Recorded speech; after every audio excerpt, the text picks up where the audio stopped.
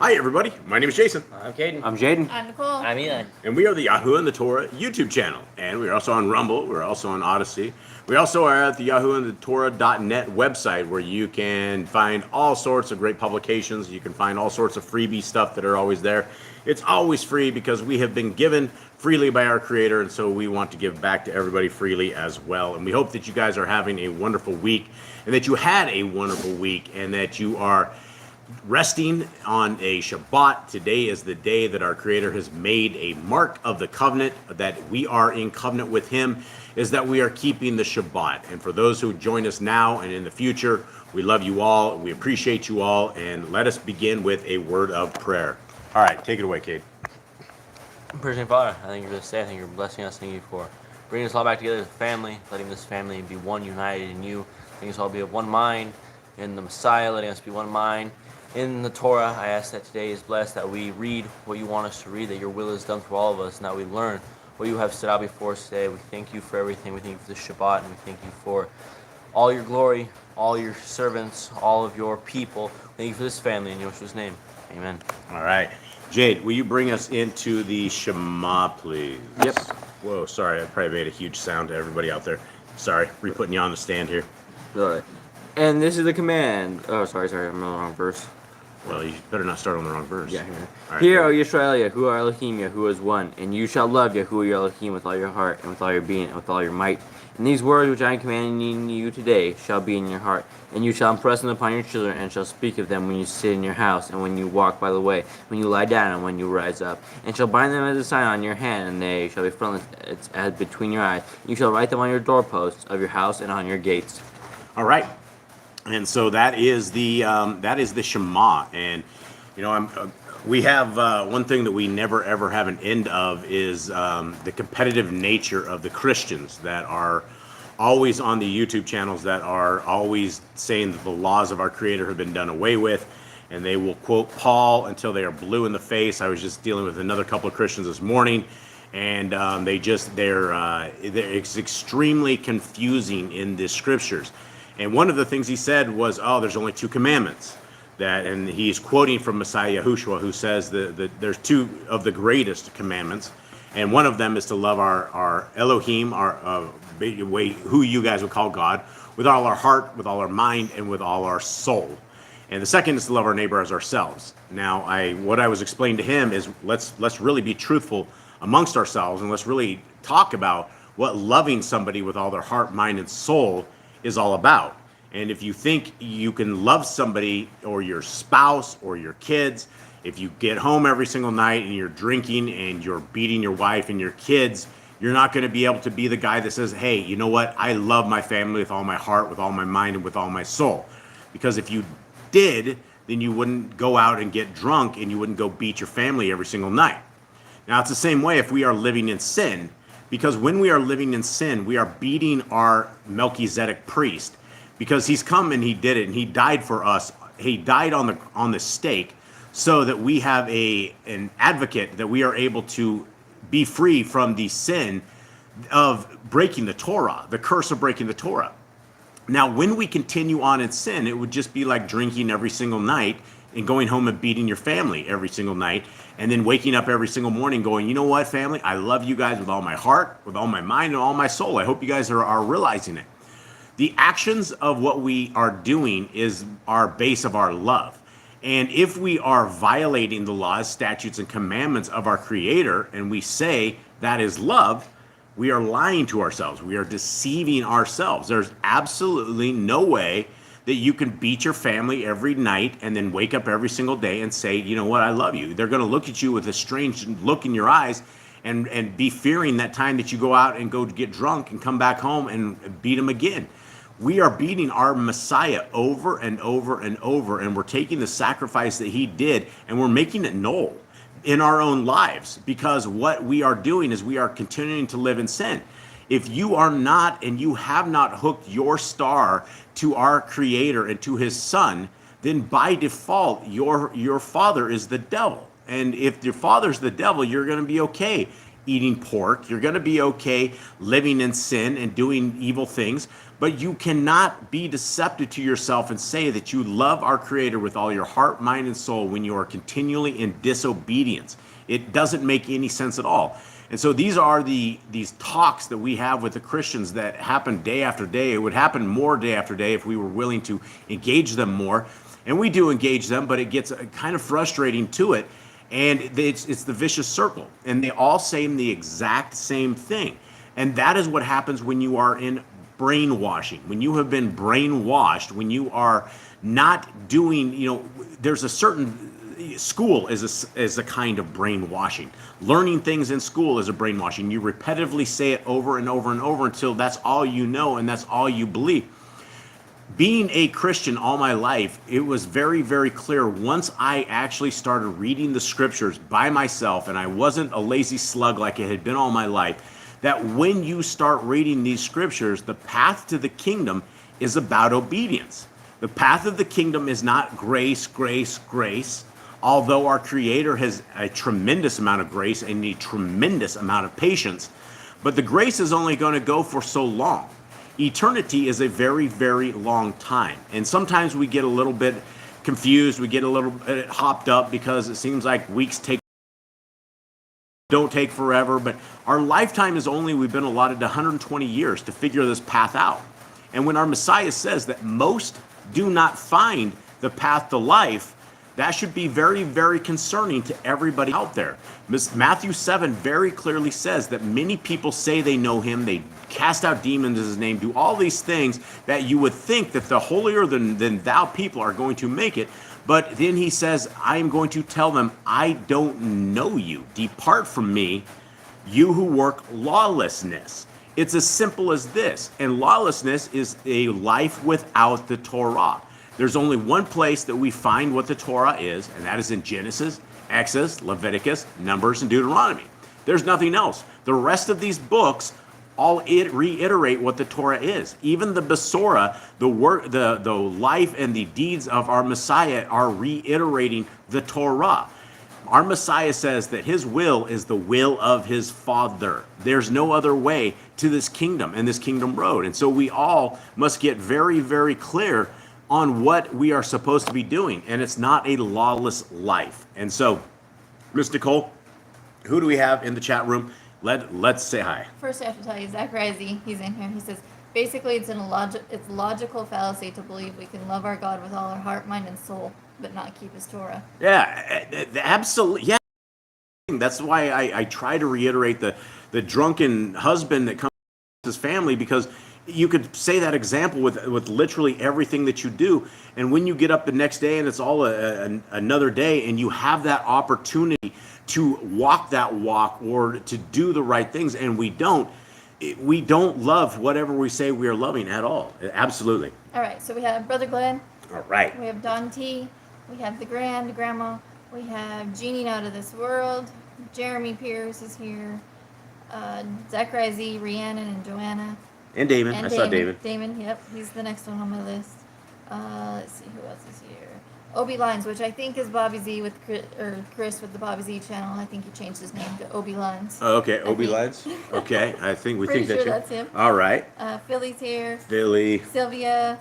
Hi, Sylvia. And that's it. That's Okay. all. Right. Well, that's not it. That's a lot, because Marina these. just popped in too. Hey, Marina's in here too as well. Jeannie, now this world, brothers and sisters out there, we thank you guys very, very much. This is a amazing opportunity that we have to spend time with all of you guys out there. And the cool thing that we love is hanging out with all of you guys in the chat, chatting with you guys, getting your guys' viewpoints. There is a tremendous amount of knowledge and a tremendous amount of wisdom amongst these families and everything. And as Boss Clan, we don't have all the answers to everything. In fact, we don't have a tremendous amount of answers. But what the answers that we do have, and the answers that we don't have, we sometimes will find within the group of folks who have been around.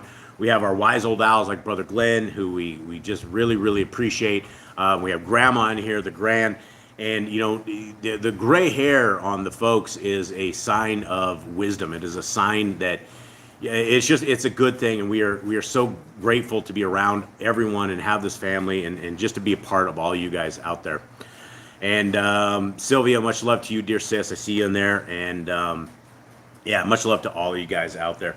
All right, so let us do what we are going to do, which is every Shabbat we go through these, and these are what the Christians would go as the pesky, the bondage, the not able to be kept, the things of the old.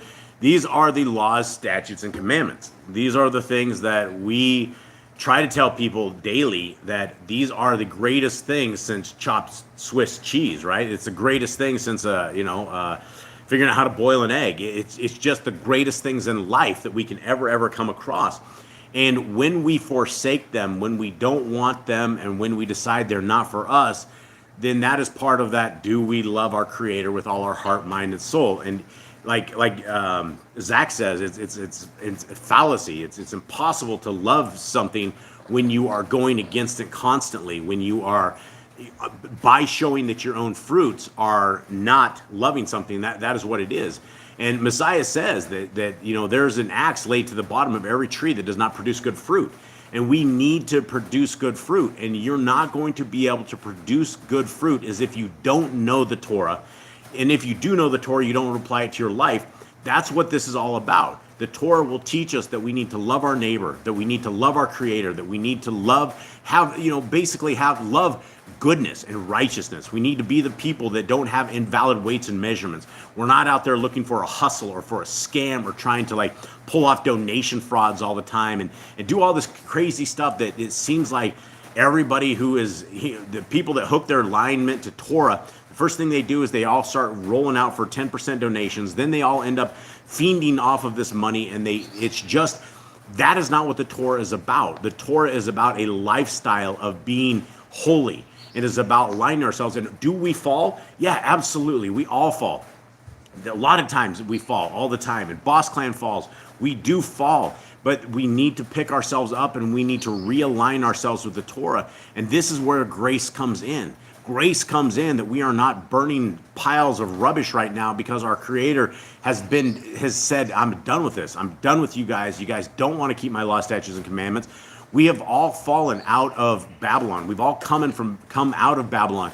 And when we were in Babylon, we didn't know. I didn't know as a Christian growing up, with my mom taking me to the potlucks and to all the pork eating stuff and all the events. I didn't know. But our Creator has loved us and has sheltered us far enough. And it's lucky most of us are even alive coming out of Babylon, that we are able to sit here and speak with you guys and to go over these law, statutes, and commandments. And so we go over these law, statutes, and commandments every Shabbat, because we're told in the Shema that we need to write them on our heart, mind, and soul.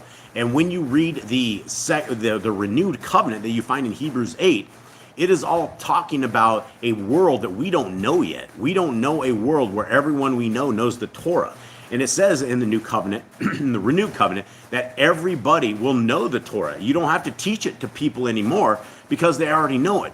So it's obvious we're talking about a time after the second Exodus, because right now in this world that we go to, nine people out of 10 probably have never heard of the Torah, and if they had said it, oh yeah, that's the thing the Jews keep, or something of the sort, right? And it's not a thing that the Jews keep. The Jews don't even keep the Torah. They keep their oral Torah. They keep stuff outside of the Torah. The Torah is, again, the first 5 books of Scriptures. All right, here we go. Let's begin. Commandment number 1. And last time a gentleman said we were going too fast on this, so let's not rush through these guys. I will start with this example. Be fruitful. Multiply. Replenish the earth. Subdue it. Have dominion over the fish, fowl, and every living creature. The herb bearing in every tree is for food. Man and woman should build their families. Master sin. Every clean woman that lives shall have food for you. Do not eat the blood. Walk before me and be perfect. Regard Yahuwah's covenant, laws, statutes, and commandments. Reiterated over 53 times. Every male shall be circumcised at 8 days old. Teach your children the commands and guard the way of Yahuwah. Remember Yahuwah's name for all generations. Keep the Passover, Pesach. Keep feast of unleavened bread, matzah. There's one Torah for the stranger and one for the Hebrew. Sanctify all firstborn to Yahuwah. There are no mighty ones before Yahuwah. You shall not make graven images. Do not bring Yahuwah's name to naught. Keep the Shabbat. Honor your parents. Do not kill. Do not break wedlock. Do not steal. Do not make false accusations against your neighbor. Do not covet anything of your neighbor's. Do not make an altar from a rock that tool has touched. Do not go up to the altar by the steps. If a man steals cattle, he shall restore it 5 times. Yahuwah's laws for criminals. Do not lie with the beast. No sacrifice to other gods. Do not oppress a stranger, fatherless or widow. Do not charge your brother interest. If you borrow your neighbor's raiment, return it to him before sunset. Do not curse the ruler of your people. Do not eat what is torn of any beast. No false report. Do not follow a multitude of evil. Do not judge unrighteously against the poor. Bring back your enemy's cattle if you find it going astray. Help the animals of your enemy. Stay away from rumors and gossipers. Take no bribes. Do not oppress a stranger. Love the stranger. Give your land rest in the 7th year. Do not mention any pagan names. Keep the feast of Yahuwah. Do not cook your goat in its mother's milk. Obey the messenger Yahuwah sends before you. Do not bow down to other Elohim. Serve Yahuwah. Make no covenant with other Elohim or outsiders of the land. Do not make or use this anointing oil on a normal person, and do not make or use this perfume on a normal person. 2 Levitical concoctions of perfumes that they have given to us. Do not eat the fat. Do what you say you're going to do. Return what is your neighbor's. Obey Yahuwah's dietary laws. Women's time of separation. Obey Yahuwah's hygiene laws. Keep the Day of Atonement, Yom Kippurim. Do not uncover the nakedness of your family. Do not take your woman's sister for wife. Do not lie with a woman in her uncleanness. You shall not sacrifice your children to Moloch. Do not be a sodomite. Be holy. Do not reap the corners of your field, or you shall not clean your vineyards. Do not deal falsely or defraud your neighbor. Do not lie or be a liar. Pay your workers the day's wage they are due. Do not harm the disabled. Do not endanger your neighbor. Do not hate your brother. Rebuke your neighbor for his sin. Love your neighbor as yourself. Do not diverse your cattle. Do not mingle your seed. Do not mingle linen and wool. Do not lie with a taken woman. Do not eat the fruit of the trees for 3 years. Do not practice sorcery. Do not round your beard or the corners of your head. Do not cut yourself for the dead. Do not get tattoos. Do not prostitute your daughter. Do not defile your temple. Do not consult the medium. Respect your elders. Have correct weights and measures. Do not walk in the manners of the nations. Keep the feast of first fruits, Shavuot, Yom Count. Keep the Feast of Trumpets, Yom Torah. Keep the feast of Sukkot, Shemini Atzeret. If you blaspheme the name of Yahuwah, you shall be put to death. If you kill your neighbor's animal, you must give him another. Repay injury for injury. Honor the Jubilee year. Confess your sins to Yahuwah and repay who you have trespassed against. The Torah being a Nazir. Wear tzitzits on the 4 corners of your garments. The laws of whoever touches a corpse. Follow Yahuwah's laws of inheritance. Torah keeping your oath to Yahuwah. Do not add or take away from the word. Guard your soul. Learn to fear Yahuwah. You shall love Yahuwah with all your heart. Bind the laws upon your hand and the frontlets between your eyes. Write the laws upon your doorposts. Do not tempt Yahuwah. Do what is right and good in the sight of Yahuwah. Do not be afraid of your enemies. Remember Yahuwah. Circumcise your heart. Cleave to Yahuwah. Swear by his name. Destroy graven images. Do not make an idol of Yahuwah as the pagans do to their Elohim. Rejoice in all Yahuwah has blessed you with. Do not do what is right in your own eyes. Do not hearken to the words of false prophets. Do not make any baldness between your eyes for the dead. You shall not eat any abominable thing. You shall give to a stranger of clean food that dies of itself, but you shall not eat of it. Give tithe of your increase of seed year by year. Laws at the end of the 7-year release. Do not borrow from the nations. Do not harden your heart, nor short your hand from the poor. Guard month 1 of Yahuwah's calendar. 3 times a year all males shall appear before Yahuwah. You shall make judges and officers in all your gates. Do not plant Asherah poles near the altar. There must be 2 or 3 witnesses. Hearken unto the prophet Yahuwah has chosen. Prophetess of Deuteronomy. Do not remove your neighbor's property line. There must be 2 or 3 witnesses. Where's that at? Wait. Where are you? We're at 141. How to deal with false witness among Torah keepers. The first child get double portions. If your brother's cattle or clothes are lost and you find them, you must return them. A woman should not wear what pertains to a man, nor a man what pertains to a woman. If you find your brother's nest with the mother and the babies or eggs, take the babies but not the mother. But if you build a new house with a flat roof that they'll be lived on, you must put a railing around it. Do not be a prostitute. Do not use dirty money. The law of divorce. Do not take a person's millstone for pledge. If you lend to your brother, do not enter his house to get your payment. He must bring it to you. Return his clothing before sunset, as that was his pledge. Do not oppress a hired servant that is poor and needy. Every man shall be put to death for his own sin. Do not go back for the forgotten sheaf in the field. Leave it for the stranger, fatherless, and widow. Do not muzzle your ox when he treads out grain. If your brother dies and has no child, you shall take his wife and name the firstborn after your brother. At the end of the 7 years, you are to read the Torah at the Feast of Sukkot. Okay, so everybody, those are the laws, those are the statutes, and those are the commandments that our Creator has said, if you will keep, and I will be your Elohim, and you will be my people. And it is the same laws, statutes, and commandments that he gave back on the Mount Sinai. Back in the days, it is the same commandments that our Messiah, Yahushua, or those who call him Jesus the Christ, keep, and they are the same ones that we should be keeping. And so that is the way to the kingdom. That is what we have found inside of Scriptures. That is part of the kingdom road, and it is something that I think will enhance all of your guys' lives. It definitely enhanced every part of our life. Everything that we did changed. You become a totally different person when you do it, and it's always a struggle, and it is always a way, is an art, is a work in progress. And a lot of us didn't grow up under Torah, didn't have anything about it, didn't know anything about it. And so once we understand it, once we grow into that, it becomes something. And when you are aligning your children up with Torah, it will definitely change their world as well, and it will make them far different people. And that is what our goal is to become different than the rest of the world, and to have ourselves set apart and sanctified in all of this. All right, so we are into Genesis 49 today. We have one chapter left. We have two chapters actually right now. We have Genesis 49 and we have 50 that is coming up, and we will be out of this. At the top of this, we're using the Targums, which is a somewhat of a bony thing that we have here, and so it is. It'll be our last couple times that we're actually reading with it. And then at the bottom we have the Scriptures of Yah, and the Scriptures of Yah is it's a little concoction that we have put together ourselves. It is a retranslation of the Hallelujah Scriptures with a tremendous amount of changes to it, in all sorts of things. It's punctuation and words and all sorts of things that got missed and left out. And so we are reading this Scriptures right here.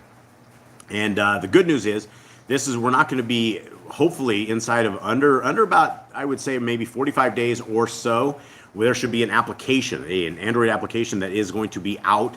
And instead of us having to read on this website, which has always been a little bit clunky, reading on the web versus an Android application, we will be reading from our own application.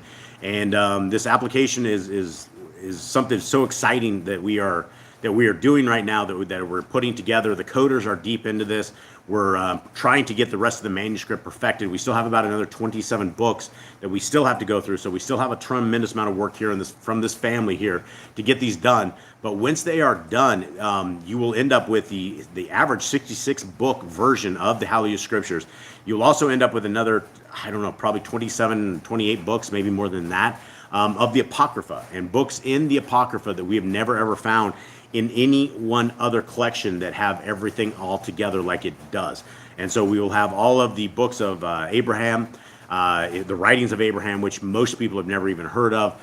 That will be in this Apocrypha. Also the book of Khalid, which is another apostle of Messiah, is going to be in this book. And every one of these have the names restored. And so instead of anything having God or Jesus, it has Yahushua, it has Yahuwah, and it has many, many different other names restored. So it's been a tremendous amount of work.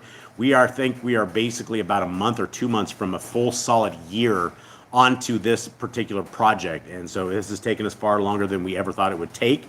But our lives, everything we have had in our lives, is we have put them at rest. We no longer have gardens. We're eating off the lands anymore. We dedicated everything that we had to getting this project out to where we are able to get this into people's hands for absolutely free. And so this is what we're working on here, and we're excited once this is done. So let us begin. Here we are in Genesis 49. And Jacob called his sons and said, "Gather together, so that I declare to you what is to befall you in the last days. Gather together and hear, you sons of Jacob, and listen to Yisrael, your father. Reuben, you are my firstborn, my power and the beginning of my strength, the excellency of exaltation and the excellency of power. Unstable as the waters, you do not excel, because you went up to your father's bed, then you defiled it. He went up to my couch." Okay, now we're heading up to the Targums at the top. "And Jacob called his sons and said to them, Purify yourselves from uncleanness, and I will show you the hidden mysteries, the ends concealed, the recompense of the reward for the righteous, the retribution of the wicked, and the..." I'm not exactly sure what that is. Is it supposed to be power beating? Probably. I don't know what this is, but whatever that is, we'll continue on. What it is. "And the 12 tribes of Israel gathered themselves together around the golden bed whereupon he reclined. And he was revealed to him the Shekinah of Yahuwah, through the end for which the king Mashiach is to come, has been concealed from him. Then he said, Come, and I will declare to you what shall befall you at the end of days. Gather yourselves together and hear, ye sons of Jacob, and receive instruction from Israel, your father. Reuben, thou art my firstborn, the beginning of the strength of my generation, and the chief event of my thoughts to thee belonged the birthright, and the high priesthood, and the kingdom. But because thou hast sinned, my son, the birthright is given to Joseph, and the kingdom to Jehudah, and the priesthood to Levi. I will liken thee to a little garden, in the midst of which there enter torrents swift and strong, which it cannot bear, but is overwhelmed. Be repentant then, Reuben my son. Add not, that wherein thou hast sinned it may be forgiven thee. For it is reckoned to thee as if thou wentest in to have to do with the wife of thy father at the time that thou didst confound my bed upon thou, which thou wentest. All right. So Reuben, he took a beating, rightfully so. And you can see in the testament of Reuben that he attributes his demise of going up to his father's couch with alcohol and with sin, and that it is something that we've talked about a tremendous amount. And the same thing that Reuben did is the same thing you can absolutely end up doing when you encounter into the world of pornography. Now, it's not going to be uncovering your father's couch, but it will be committing adultery with your mind and with your wife. And the world of pornography is a very vicious world. It is something that when people are trying to find the kingdom road, it is one thing that we absolutely must get rid of and put behind us and put nowhere near us. And it is something that when you look at what adultery is and what committing adultery is, that is the act of committing adultery. It doesn't matter how, when, or what. It matters that when you did it, it is the same as defiling your wife, and you're corrupting yourself and corrupting your mind. And that is what the lesson of Reuben was talking about, is do not fall into this entrapment of women. Do not fall into this. And so when you are willing to have yourself tempted, when you are willing to reach out and allow sin to creep into your life, the eyes are the windows of the soul. And it's not just a one-time act. It is not just a one-time you'll forget it. Your mind remembers this. The way we were created, the way our brains are, the way we function is that we have memories, and they get stuck in our memories forever, and you're corrupted. You are defiled. And so the more people and the more times that you endeavor into pornography, it's a family wrecker, it's a life wrecker, it's a soul wrecker, and it is something that it's a facade, and it's something that we always encourage people to stay far away from. Okay, heading back into verse 5. Shimon and Louis are brothers. Their weapons are implements of violence. Let me bring not their enter. Let my being not enter their council. Let my esteem not be united in their assembly, to their assembly, because they slew a man in their displeasure, and they lamed an ox in pleasure. Cursed be their displeasure, for it is fierce, and their wrath, for it is cruel. I divide them in Jacob and scatter them in Yisrael. So these aren't really blessings here. Yeah, for these these aren't. guys. Like, Yeah, Why do you think they got cursed for this? Because Yaakov was scared of his enemies, or because he just didn't want them killed? well, here's the thing we don't know, is we don't know the incident where they lamed an ox in pleasure. yeah, we don't know what's going on with that. We've never heard that one before. They're probably like violent, wicked people, and they probably just like killing him. Yeah, well, and when they slew a man in their displeasure, they didn't slew one man; they slew an entire. They took out They took out everybody. like a nation. Yeah, they took out a whole bunch of people, and there's when you read the Testament of Louis, Levi, he was called by Yah to go destroy Shechem. Like it wasn't his own thought. It was something that was given to him by Yah, and Yah says, "Go take care of it." And when you see the incidents that go down, having two men go take out an entire city, that's not normal, right? You're not going to be able to do that unless you have extracurricular power, or that Yah has allowed this to happen. It doesn't happen. The Samsons among us are very, very rare, and all these people in these cities, they were well-armed people. They all knew how to defend themselves. They all knew how to fight, and even though they went in when they went in, and these guys were all in pain, still two guys taking out an entire city is only an act of our Creator that is going to be happening. I don't see their anger is justified as righteous judgment. I mean, they You don't see it, or you do? I see it as that because they defiled their sister, and they did it as cleansing the land. Yeah, I mean, I absolutely do it. I mean, what they did had not been done in Israel, and it taught everybody a lesson. It taught, there's a huge lesson to be had in this whole thing. But I don't know. In answer to your question, Kate, I don't know why they all got cursed like this, other than that they are they're violent. Reuben makes sense. These two really don't. Yeah. Well, maybe the Targums will have a little bit more info. So let's read on. Shimeon and Levi are brothers of the womb. Their thoughts are of sharp weapons for rapine. In their counsel, my soul bath not. I think it says my hath not had pleasure in their gathering against Shechem. To destroy it, mine honor was not united. For in their anger they slew the prince and his ruler, and in their ill will they demolished the wall of their adversary. And Jacob said, accursed was the town of Shechem when they entered it to destroy it with their violent wrath and their hatred against Joseph, for it was relentless. If, said Jacob, they dwell together, no king nor ruler may stand before them. Therefore will I divide the inheritance of my sons of Shimon into 2 portions. One part shall come to them out of the inheritance of the sons of Jehudah, and one part from among the rest of the tribes of Jacob. And the tribe of Lewi I will disperse among all the tribes of Israel. So basically, that's why I probably gave them the priests, because you couldn't have them 2 tribes together because they were the most violent tribes or something. So if they had together, like, they would take out every single kingdom. Yeah, and the thing was, when Jacob was helping the people of Shechem circumcise themselves, right? That is a sign of going into covenant with our Creator, right? That is what he believed, and his kids did it as trickery to be able to injure them, to be able to take them out more easily than what they did. And so he was definitely very upset about that whole thing. And that's what all of us want, is that we want people to repent. We want them to come out of their sin, stop the wickedness. And if we slaughter them after they are appearing to do the right thing, it's going to infuriate us. Did you have something? Brother Glenn says, neither tribe will come to possess much of the land. The tribe of Levi will become priests with no established territory of their own. Yeah, right. Yeah, Levi absolutely got no land whatsoever. They got little pieces here and there throughout. It doesn't talk about Shimon a lot, It does. You don't hear much about the tribe of Shimon anymore. Well, in the book of Jasher and Jubilees, you get a lot of different understanding of what these guys are, and definitely the first 4 kids are very violent. They're extremely violent, and they do stuff that most people would absolutely not do. All right, let's continue on. Verse 6 down here in the Scriptures of Yah. Is it 6? No, you're at 8. Yeah, I went down there. Okay, 8. Quotes. I know quotes here. Can't say that. That's only proofreading. Sorry, folks. You, Yehuda, your brothers praise you.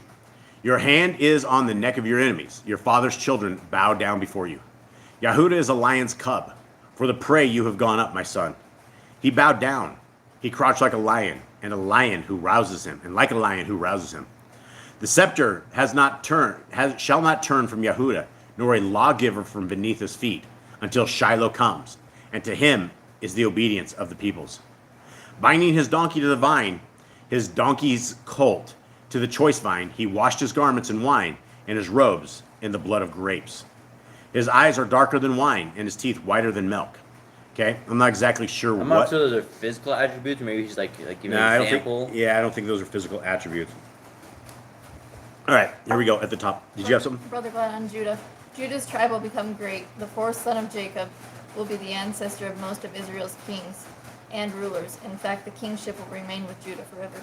Yeah, it does. And we have, our Melchizedek priest came out of the line of Yehuda.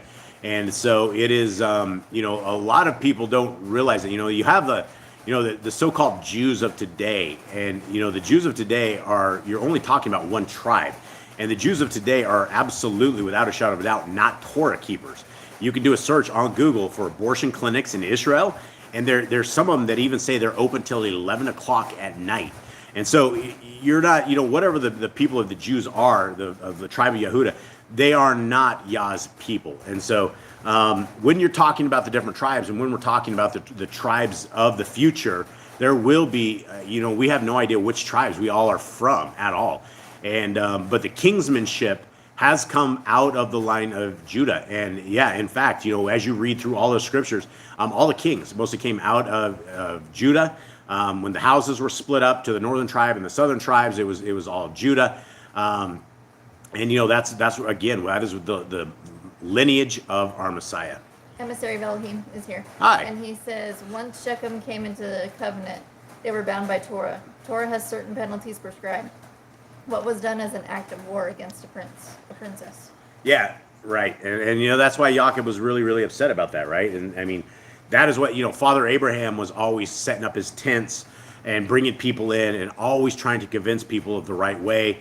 You know, his kid brought that on, Isaac brought that on, and then we have Jacob who was trying the same stuff. And you know, like Emissary says, you know, coming into covenant is the cycle of a circumcision, and then all of a sudden his kids went and wiped all that out. That really, really upset him. All right. And one more thing, Jeremy says Judaism follows the Talmud, not the Torah. Yeah, they absolutely. aren't even Judah. Yeah, absolutely. And the Talmud, you know, that's what everybody's like. Oh, you keep the Torah, you must be a Jew. No, absolutely not. That's like an insult, right? Because Jews do not just keep the Torah, and it's not just simply the Talmud they keep. They keep all of the stuff out of mystery, out of Babylon. They keep the stuff like the Kabbalah and the Zohar and all of these, the third eye, all of this mysticism stuff. You get into that with them, and it's literally witchcraft is what it is. And so it hasn't, we're violating Deuteronomy 4:2 every time we get into any kind of religion outside of strictly Torah keeping, because they're adding to it and taking away. And the entire world is really under Zionist Jews right now. It's just a very strange world we live to. So, but yeah, Judaism is a very evil religion.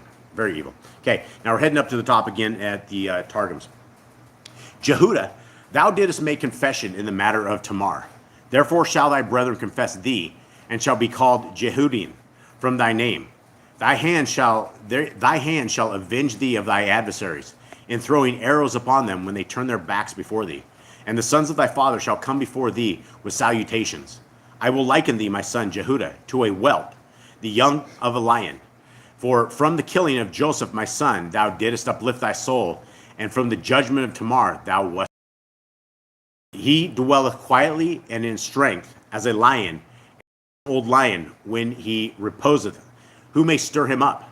Kings shall not cease, nor rulers from the house of Jehudah, nor Saphraim teaching the law from his seed, till the time that the king, the Mashiach, shall come, the youngest of his sons, and on account of him shall the people flow together. How beauteous is the king, the Mashiach, who will arise from the house of Jehudah. He hath girded his loins and descended, and are arrayed the battle against his adversaries, slaying kings with their rulers. Neither is there any king or ruler who shall stand before him. The mountains become red with the blood of their slain. His garments dipped in blood are like the outpressed juice of grapes. How beautiful are the eyes of King Mashiach, as pure wine. He cannot look upon what is unclean, nor of the shedding of the blood of the innocent. And his teeth eat what is stolen or torn. And therefore his mountains are red with wine, his heels white with corn, and with the coats of flocks. All right, so that explained a little bit more than this. That this is talking about our Messiah. This is talking about Messiah Yahushua in a lot of this right here. Thoughts, anyone on this? Anyone else really have much on it? I mean, we know that the generation of Judah is Jehoshua. Yeah. Okay, it's interesting though. He also, you could tell, Jacob is not very happy about this whole Joseph incident, right? Yeah, he probably held in grudge because he didn't know for like 30 years. And he's going to be a little ticked off. He's going to be ticked off once he figures out the ruse and figures this whole thing out, and the way it had to come back to him. He's probably going to be very much upset with the rest of these guys that allowed him to sit there and cry for years. 11 of his family members sold his son into, or I guess 10, because Benjamin. Yeah, it wasn't Benjamin. But there's 10 of them sold him into slavery, and they knew about it for 30 years, and he let them be sad for 30 years. Yeah, and you know what the thing is every one of the wives of these kids were going to know about this, right? Dad was probably the only one who never ever knew. It would have gotten around this entire family. Everybody would have known this. I'm sure the boys were talking about it. Someone would have heard and be like, hey, what's that about? Somebody would have heard about it, and the wives would have known it. So there's a lot of people that knew. A lot of people deceived Jacob on this, and a lot of people, they were. It's just a very deceptive time. Probably why a lot of them don't get blessings. Yeah, you would think. And this definitely told somebody when you have kind of grief like this. And it just goes on. I mean, they would have seen their father in tears and in sackcloth and ashes for a very long time. You do not recover from this. When you have a family member or you have something that dies, you don't recover from it. Even us, when we have animals that die, we still have pain from animals that die. When you love something, the power of love is such an amazing thing that you bond to this. And when they allowed him to sit there in agony for years, that's evil. That is very, very evil. And so I'm You sure. know, if they would have told him like a little bit after, hey, we sold him slavery, he's down in Egypt, they could have gone and got him, no problem. They could have gone and gotten him, but you know what? There was enough of them in this conspiracy that the conspiracy, if you revealed the conspiracy, they were going to kill you, right? And these guys were extremely violent people, right? They probably believed it when Shimeon was one of the ones that hated him the most. Yehuda hated him the most. They all had their beef with him. And, a lot of it, I would say a lot of it is the raising of it. We have Jacob that took his kid out and made him an example of like, I love you more than anybody else, right? When he got a coat of many colors, everyone in the family should have got a coat of many colors, right? This should have been a family ordeal. You should have never ever had one of your kids targeted over the other kid, or issues like this are going to Especially arise. 12 kids, it's going to be they're going to gang up on him. Yeah, they're going to gang up on him. You don't do that, and that's one thing. You have to be fair in all of this stuff, and I'm sure everybody learned a lot of lessons throughout life through all of this, and these are simply lessons that we can take and we can apply to our lives and try to not end up in those kind of same situations. So if I find Eli down a well, I'm going to know you guys didn't listen to this. All right, here we are. 13. Zebulun dwells at the seashore. He is a haven for ships, and his border is unto Zidon. Issachar is a strong donkey lying down between two burdens. And he saw that a resting place was good, and that the land was pleasant, and he inclined his shoulder to bear a burden, and became a subject to slave labor. Dan rightly rules his people as one of the tribes of Yisrael. Dan is a serpent by the way, an adder by the path, that bites the horse's heel so that his riders fall backwards. I have waited for your deliverance, O Yahuwah. All right, now we're heading back up to the Targums. And I was going to say this, but emissary says that ultimately Yah had a purpose in it to fulfill Joseph's vision. So it was all Yah's plan to make Yeah, well, absolutely. But they still could have said something at some point. I'm sure that someone wanted to say. I'm sure there were a few of the kids at some point like, I don't want to say, but they know they were going to get beat by their brothers if they. I think it was in the Targums we read earlier that somebody did snitch, and somebody got into a lot of trouble. You guys remember that? Where was that? Yeah, where we read that? Somebody's daughter. It was Somebody's in the daughter Targums. did snitch and tell him. And also, Jacob wasn't completely clueless on this whole thing because he was still having dreams with Joseph in his dreams, like he had not been separated. So there was something to be said. Yah was still talking to him. All right, at the top of the Targums. Zebulun shall dwell upon the banks of the sea, and have dominion over the havens. He will surmount the breakers of the sea with ships, and his border extend unto Zidon. Yeah, I feel like a blessing. I don't know. I just was like, He's just telling him what it is, probably. Issachar is a donkey in the law, a strong tribe, knowing the order of the times, and he lieth down between the limits of his brethren. And he saw the rest of the world to come, that it is good, and the portion of the land of Israel, that it is pleasant. Therefore bowed he his shoulders to labor in the law, and unto him shall come his brethren bearing presents. From the house of Dan there is to rise a man who will judge his people with the judgment of truth. All the tribes of Israel will hearken to him together. A chosen man shall arise from the house of Dan, like the basilic which lieth at the dividing of the way, and the serpent's head which lurketh by the way, that biteth the horse in its heel, and the master from his terror is thrown backward. Even thus shall Shimshon bar Manok slay all the heroes of Philistina, the horsemen and the foot. He will hamstring their horses and hurl their riders backwards. When Jacob saw Gideon bar Joash and Shimshon bar Manash, who were established to the deliverers, he said, I expect not the salvation of Gideon, nor look I for the salvation of Shimshon, for their salvation will be the salvation of an hour, but for thy salvation have I waited, and will look for, O Lord. For thy salvation is the salvation of eternity. Okay. Thoughts, anyone on this? I guess you can see maybe the future. Maybe he knew about the future generations, the deliverers of Israel. was this stuff written down, right? Like, did Samson know his future? Did Samson know he's going to be one of these people? I don't Did know. Joash know he's going to be one of these people, right? Like, if they were written about all this years ago, well, how does this like affect their lives? It wasn't Josh, it was the Gideon son of Josh. We're talking about Gideon. Right? Oh, yeah. It's also talking about Shimshon too, right, Yeah. Samson? I mean, Samson, we're talking Gideon. about people of Dan, right? Was this stuff known? Was it passed down the generations? Did they name the kids knowing what generation I don't know. it was? I don't think so. I think a lot of the stuff was hidden until like much later. I don't know who all had these scribes or who was actually able to read them. Okay, 19. Gad, a raiding band raids him, but he raids its heel. Bread from Ashur is rich, and he gives delicacies of a sovereign. Naphtali is a deer let loose. He gives words of elegance. Joseph is an offshoot of the fruit-bearing tree, an offshoot of a fruit-bearing tree by a fountain. His branches run over a wall. It's like the only one that had anything good to say about them. Yeah. 23. And the archers have bitterly grieved him, shot at him, and hated him. You know, who's His he? brothers. Yeah, he's talking about his brothers, yeah. But his bow remained in strength, and the arms of his hands were made strong by the hands of the mighty one of Jacob. From there is the shepherd, the stone of Yisrael. From the El of your father who helped you, and by the El Shaddai who barak you with baraka of the Shemaim above, baraka of the deep that lies beneath, baraka of the breast and of the womb. The baraka of your father has excelled the baraka of my ancestors up to the limit of everlasting hills. They are on the head of Joseph, and on the crown of the head of him who was separated from his brothers. So did he like bless them in front of each other?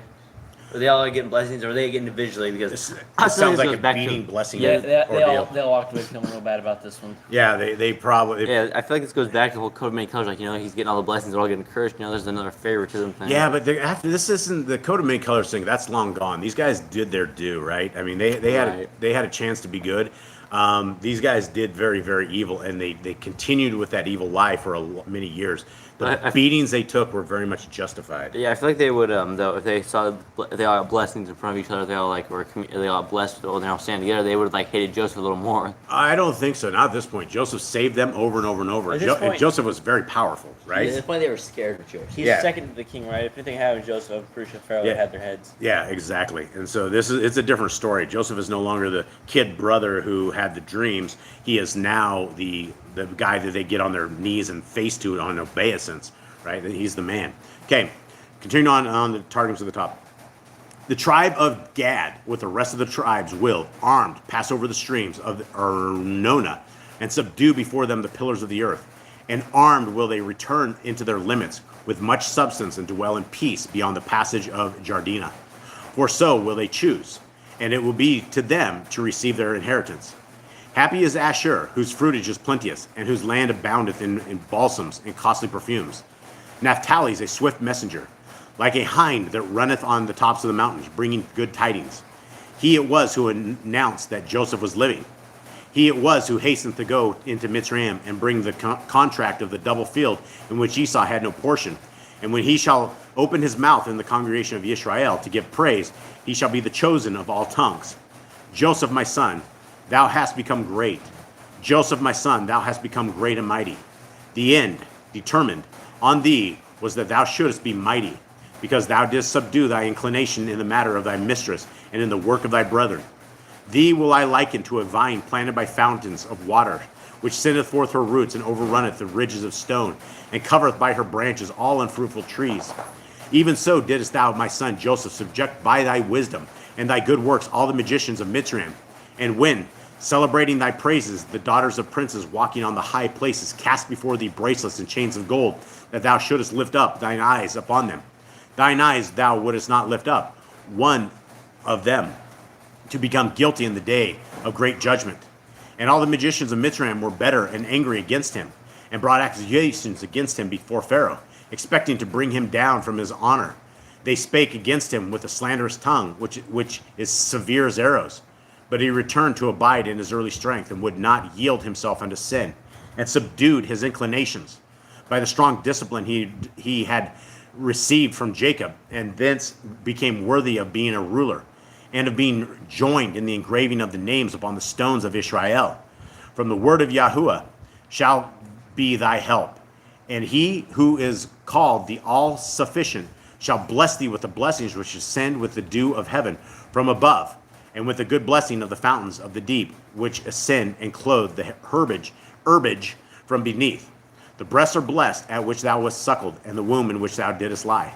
The blessings of thy father be added to the blessings wherewith my fathers Abraham and Isaac have blessed me, and which the princes of the world, Ishmael and Esau, and all the sons of Keturah have desired.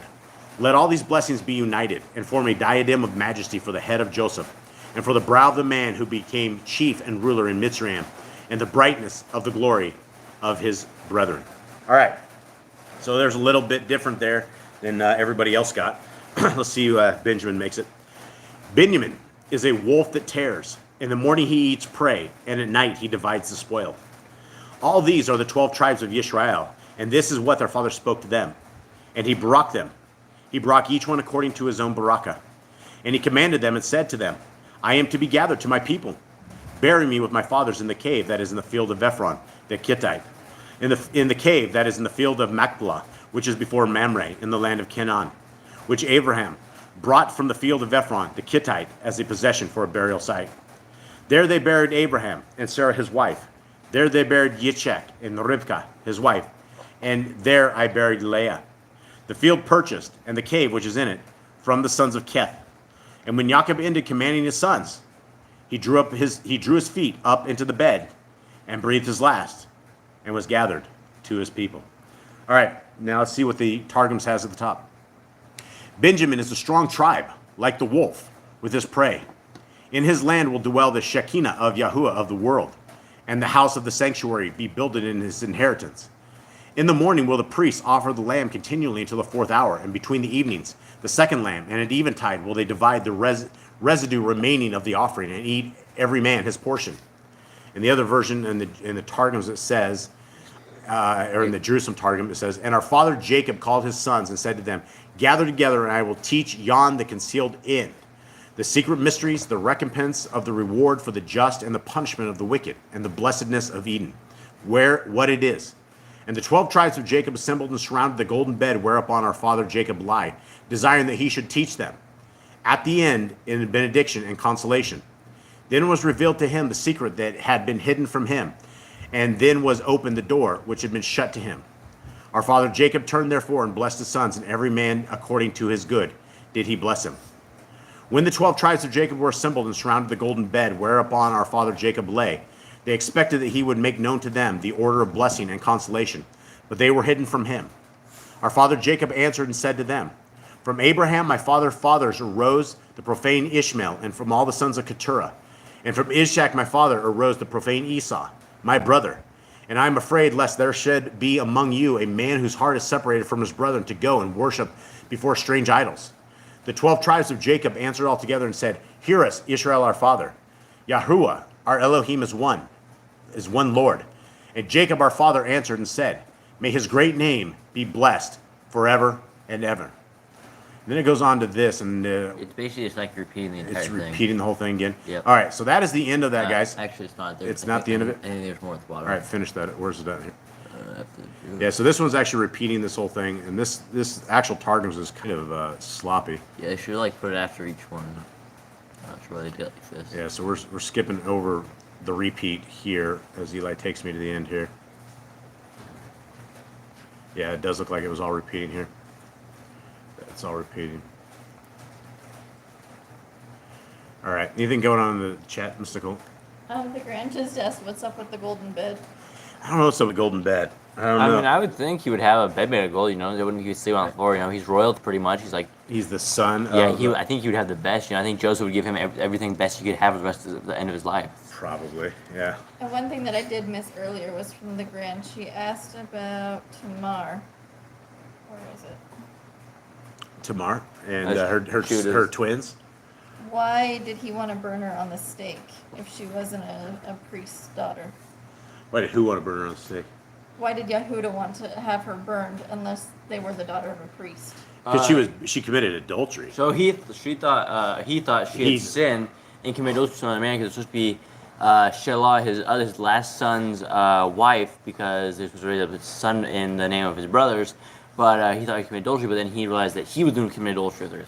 Yeah, and I don't know if he, why he wanted to have her burned, but that was the first thing he said: burn her with fire. I guess that was maybe some kind of punishment back in the day. Everyone in Jacob's family was really angry. Yeah, we just read that this week. In fact, again for like the 6th time in a row, not in a row, but very close to it. All right, let's finish up at the top here.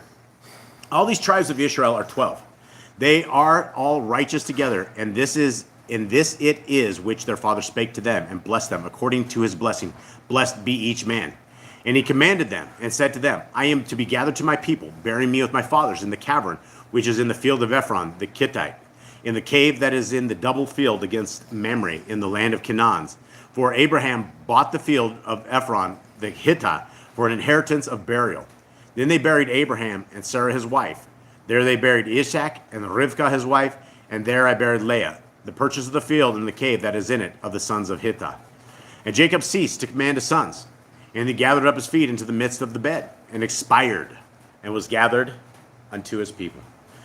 All right. Well, that's the end of Yaakov. Yeah, that's the end of Yaakov. He had a very long life. He had, I think, he would have lived 120 years. Something. Yeah, but he says when he's talking to Pharaoh that his days were evil days. That basically he was up against a lot of struggles, and he definitely was. Yeah, they went to battle a lot. He lost his son for 30 years. It was a lot of sadness in his life. A tremendous amount of sadness, absolutely. He had to deal with his brother. He had to deal with Laban. He had to deal with his wife's fighting. Yeah, going back, when he was out and he spent all that 14 years, actually it's like wasn't more than 14 years away from his brother, and then his brother, when he came back, he had to deal with his brother. His brother came with 400 men, wanting to kill him, and it was only yet another act of our Creator that He has guided this and got us to where we are today. And the whole point of this is that we have history of exactly how things went, and that we are able to align our lives up with the world that we are in.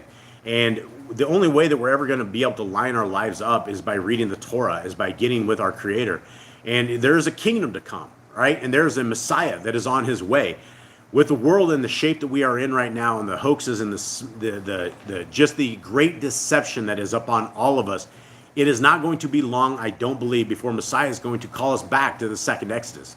So these are the times that we need to be set up on these appointed times. These are the times we need to be in Torah. We need to be on our knees. We need to have scar tissue on our knees from praying and from seeking our Creator, seeking His ways, seeking His Son, seeking the ways of His Son. And then not only that, but we are called to fish for men.